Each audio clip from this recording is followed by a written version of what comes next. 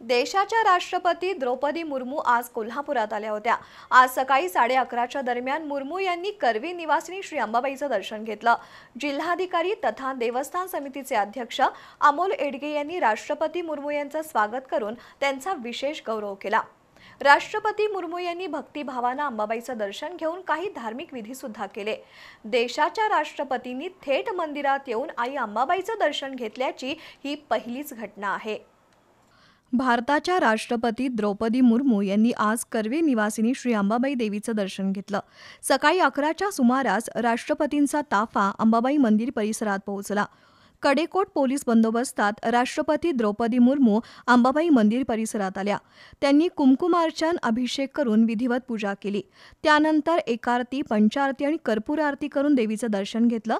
यावेळी त्यांच्यासोबत त्यांच्या कन्या इतिश्री मुर्मू, भाऊ तारिणी सेन टुड्डू उपस्थित होते। तर राज्यपाल CP राधाकृष्णन, केंद्रीय युवा आणि क्रीडा राज्यमंत्री रक्षा खडसे, खासदार धैर्यशील माने, जिल्हाधिकारी अमोल एडगे, महानगरपालिका आयुक्त डॉ. के. मंजुलक्ष्मी, जिल्हा परिषदेचे मुख्य कार्यकारी अधिकारी S. कार्तिकेयन, विशेष पोलीस महानिरीक्षक सुनील फुलारी, पोलीस अधीक्षक महेंद्र पंडित उपस्थित होते।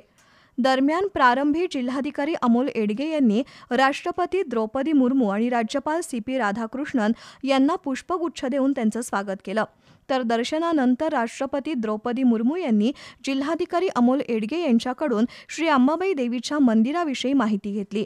तसंच मंदिरातील शिल्पकलेची पाहणी करून देवीच्या किरणोत्सवाची माहिती घेतली। भारताच्या राष्ट्रपतींनी कोल्हापुरात श्री अंबाबाई मंदिराला भेट देण्याची ही पहिलीच घटना असल्याचं शिवराज नाईकवाडे यांनी सांगितलं।